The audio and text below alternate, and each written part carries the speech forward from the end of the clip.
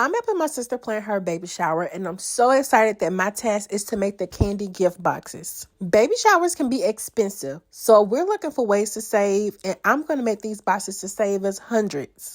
The baby shower theme is safari, so I knew that would be an easy thing to find in Cricut Design Space. In Cricut Design Space, you can search almost any image. And so my first search was for baby animals because, new baby, safari theme, it goes perfectly together. There's so many images to choose from. I really had a hard time picking which ones I wanted to go with for the final project. But these are the ones that I picked. And of course, you need some grass. I chose 3 different ones. But by the time I added the animals, I knew the one that I was going to do the final project with. For the baby animals, I chose a baby lion, a baby giraffe, a baby zebra, and I chose some green spiky grass to kind of give it some contrast. Now, the most tedious part of this process is really just aligning all of the animals and placing them how you want. This is the point in the project where you want to actually measure the box that you're going to put these animals on because you don't want them to be too big and you want them to fit perfectly. I really like how Cricut Design Space gives you complete freedom when working with their images. You can make them smaller, larger, wider, thinner. It doesn't matter. Whatever moves you do with the images, it won't distort it at all.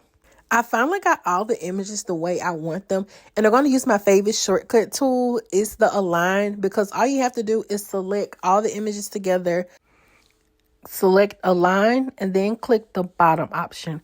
And this makes sure that all of your images are aligned across the bottom, so when you put it onto the box, it looks straight. Of course, I had to resize the image again because I forgot that when I moved the animals around, I didn't take into account the size of the box. So once I resize it again, the next step is to select all again, and then we're going to flatten it. And flatten just means to make all the layers one single layer. This is the point where you should go ahead and save your project just in case anything happens and you lose all of your hard work.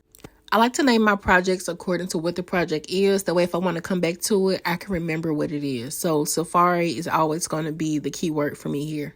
Now we're moving into one of my favorite parts of the project. If you have done stickers before, you're going to be familiar with this. Cricut created a offset feature, or you can use the sticker feature if you have Cricut access. But this is going to put a seamless outline around the image so that when we cut it, it's one simple cut. For the distance on my offset, I like to keep it pretty small so that it's just not too overwhelming. And when you use the offset feature, it defaults to black, but I like to use white so that it doesn't print black on my sticker sheet. Once you have your offset, you're going to select all again, and then you're going to click flatten again to make it all one layer. And of course, we're going to save again because we do not want any progress to be lost in this process.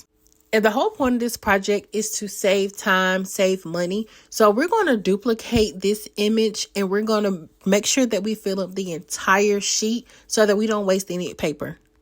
3 images fit perfectly on one sheet, so I went ahead and made it 6 so that we don't waste any. From this point on, most of your work is done. The machine and the printer is going to handle the rest for you. We're going to send our document to print, and once you get into the print settings, you're going to change a few things so that it prints out perfectly. It's very important to make sure that you select the correct printer, and then we're also going to turn the bleed off. Just because it's white, it's unnecessary for this. And we also need to turn on the Use System dialog to edit the settings.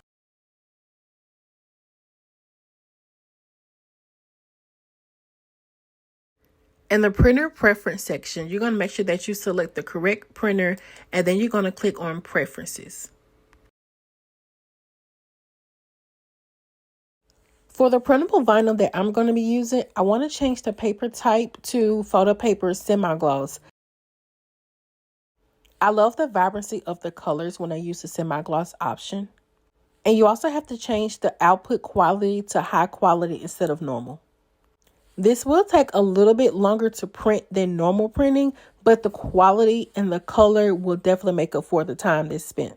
I'm using the light grip mat to cut this vinyl out because it's not that thick like cardstock. So you want a light grip so that you don't rip the actual vinyl when you pull it off.